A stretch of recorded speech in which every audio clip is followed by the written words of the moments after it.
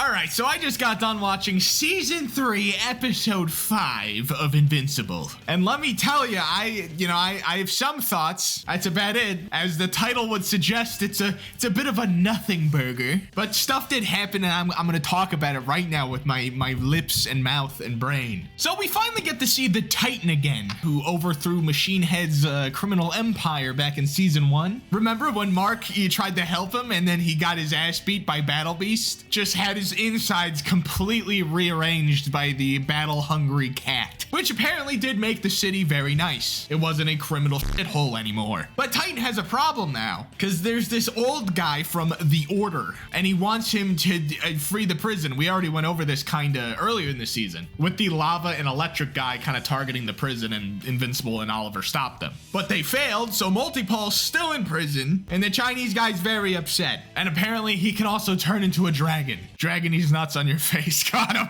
But before we actually get to this somewhat interesting plot line, we're gonna go back to Mark and Eve. They're having a nice little, breakfast with pancakes. Oliver reveals that he can hear them playing, banging, and Debbie just seems to be happy that, they're like a little happy family right now. But Mark wants to move out because, he's banging Eve. He's banging Eve in his mom's house. It's a little inappropriate, but they have a money problem because, God forbid, the woman who can literally create anything out of matter makes, a bar of gold to sell. She's basically creating wealth. It's not like the United States was printing money. Like, she's actually making the gold that can be used for stuff. Just make gold and sell it so then you can afford an apartment. I don't understand this. But they have the bright idea of creating some kind of security company. Well, Eve does. Mark doesn't even know how to set up an email somehow, despite being a normal human for 18 years. But that's how they tried to make money for a bit, selling their superhero services essentially to prisons to stop them from getting broken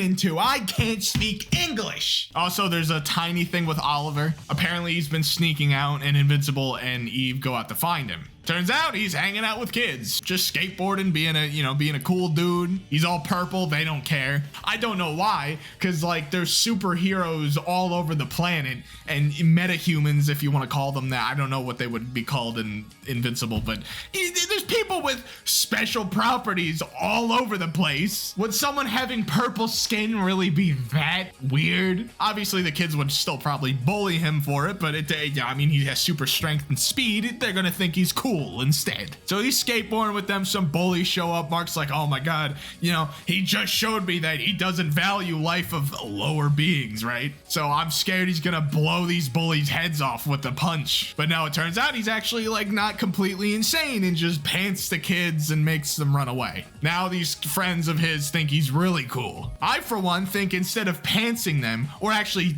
while pantsing them, he should have flown around them like the Flash, doing a big circle constantly, just screaming at them. Just give them a horrifying experience all around instead of just a comedy joke. I want these bullies traumatized. I also forget where they even put this in the episode because it was so random. But welcome. We cut back to Rex and Ray. Ray's watching a drama at 12 o'clock in the morning, and she gets a little envelope with a drawing of Rex and her eating dinner. I thought this was very nice. Rex apparently was making dinner, trying his best, cooking up some steak and some stolen wine from the Immortal, and they start touching each other and holding hands and be like, oh, this is so nice. I might make a whole video on Rex, to be honest. He's a fantastic character. I love this little relationship they have. They're my favorite characters now. It's crazy. Anyways, yapping aside, back to the main plot or subplot. I don't even know what the hell's going on this episode. So with no other options and the dragon old Chinese man threatening Titan and his family, he shows up at the prison himself to basically try to enlist Invincible again to help him take on this by breaking out Multipol. Invincible's like, no, I'm not gonna let the criminal out of jail again. You kind of screwed me last time. You let me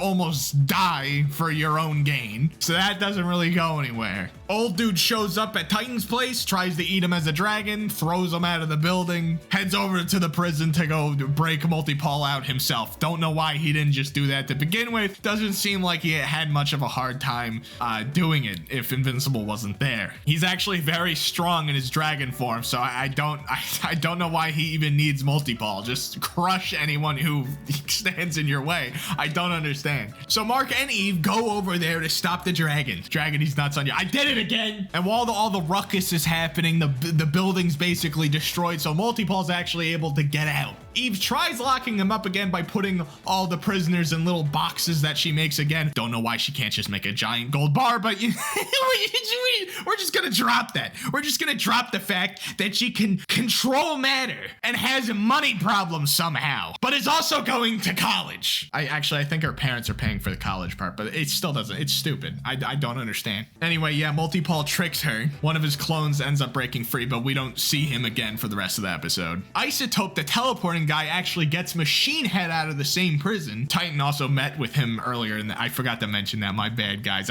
There's no script for this. I'm just going off complete memory. That's what I do in my videos. You know, you should check out my other videos. I like to just yap in front of a camera for 20 minutes and then upload it. Very smart, very big brain. Mark almost gets killed by the dragon somehow because he's a little bitch. Isotope teleported Machine Head back to the building. Also, I forgot to mention this again. The old man has to basically like send his soul out of his body to turn into the dragon. And while that's happening, his body's very vulnerable. That's why his big 700-pound bodyguard was holding him and protecting him. But that doesn't really help when Isotope just teleports there, teleports the 700-pound guy 100 feet in the sky, and then teleports back. So old man is vulnerable completely. Machine Head shoots him in the brains. For some reason, doesn't dispose of the body properly. That'll come back to bite him later, I'm assuming. And it turns out they were all working together. Titan, Machine Head, and Isotope were all in this together. And Mark got the short end of the stick again because he had a bunch of wounds from the dragon. These nuts on your chin. God damn it. In the end, Mark doesn't want to move out because Oliver's still grown up and he wants to be there for that. He wants to be there for his mom. They don't seem to care about him and Eve banging every night in their house with them there, so I guess it doesn't matter. And Titan finally gets out of the order. He doesn't have to worry about them anymore because Machine Head's put in control of it, and they go their separate ways basically. But then, oh no, oh my god,